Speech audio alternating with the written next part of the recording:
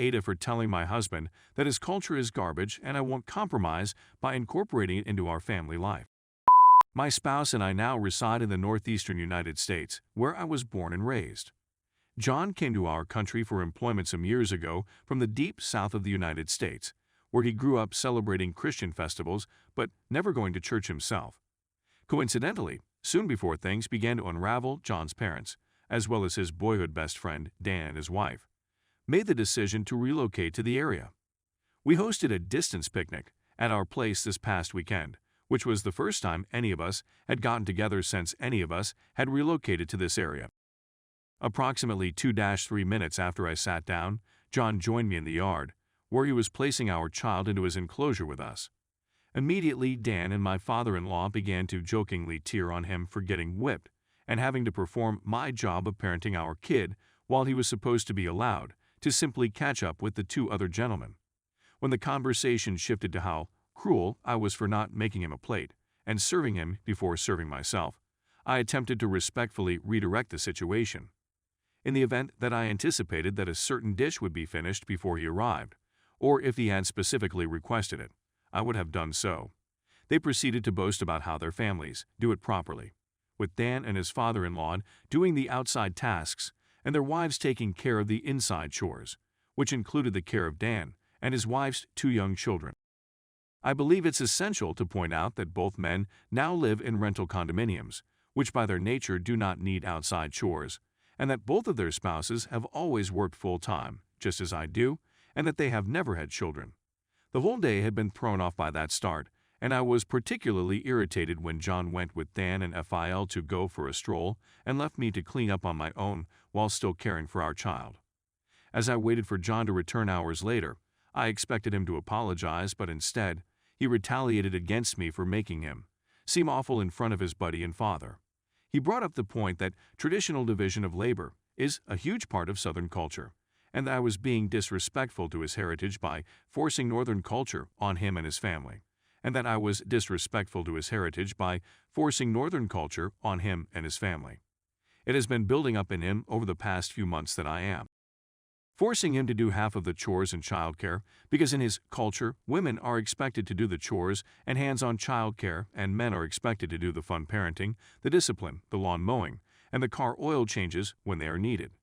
I was taken aback, but I remained honest and informed him that Southern culture was rubbish.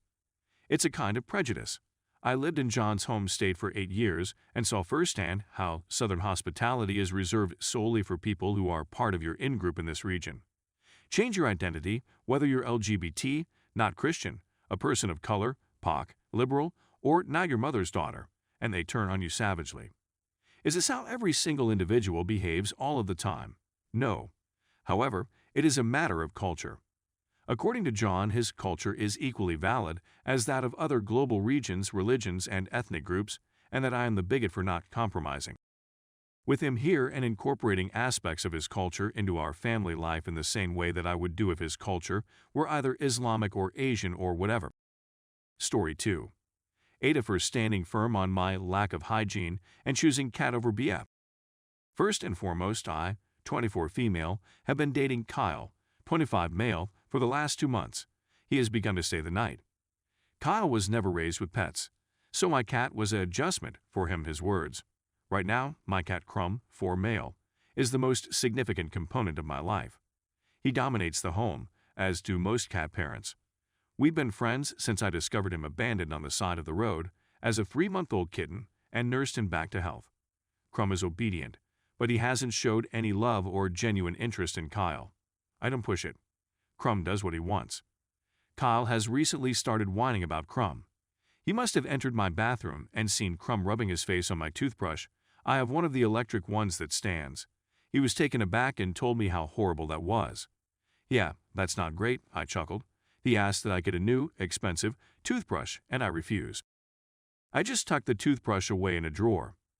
Kyle then expresses dissatisfaction with my evening ritual with Crumb. Before Crumb goes to sleep, I kiss him on the head, tummy, and face.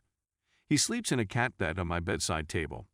If I don't follow this schedule, he will lie on me until I do. I know that's irritating, but that's how it's always been, and I like doing it. Kyle claims that as a result of this, I am unsanitary. He claims Crumb is filthy, he is only allowed inside and I brush him every day, and that let him to sleep in the bedroom is filthy and spreads fur everywhere. It doesn't, but Kyle isn't allergic.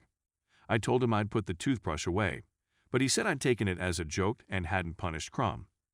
I attempted to explain that you can't punish cats, and I wouldn't want to in this situation, but he didn't listen. He then went on to add that me kissing Crumb is nasty, particularly his face, and that if I kissed Crumb again, he would never kiss me. When Crumb comes over, he wants me to put him outside the room or lock him in a cage. So I replied, all right, bye. Not only is Crumb 10,000x more important to me, but I laughed in Kyle's face about never kissing or locking my cat again.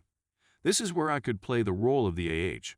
Kyle warned me that I was harming our future and that I was a jerk for dismissing his worries. I was feeling bad, so I pulled a few of my pals, who were divided. The pet owners chuckled, and the non-pet owners claimed I was terrible for not making Kyle feel more at ease. Kyle, they claimed, wasn't asking me to get rid of Crumb, but rather to make a deal with him. They claimed I was being a jerk, but they understood his worries. Update. Conversation with Kyle. I wanted to speak because I wanted to hear his arguments and offer him a clean break. To be honest, it was a rather regular, dull chat at first. He apologized for issuing an ultimatum and said that he was just angry and would never wish to harm Crumb. I apologized for laughing at him and made him feel as though his emotions were unimportant. He said that the pet issue was new to him and that he would want to work on bonding. I inquired as to what he meant by punish/crate. He said that by punishing, he meant spraying with water, and he was unaware that cats are not box animals. He attempted to make a deal by saying that kissing a cat's head was disgusting, but that if I cleaned my teeth/washed my face afterwards, he would kiss me. Kyle and I simply aren't compatible, according to the most common criticism I heard.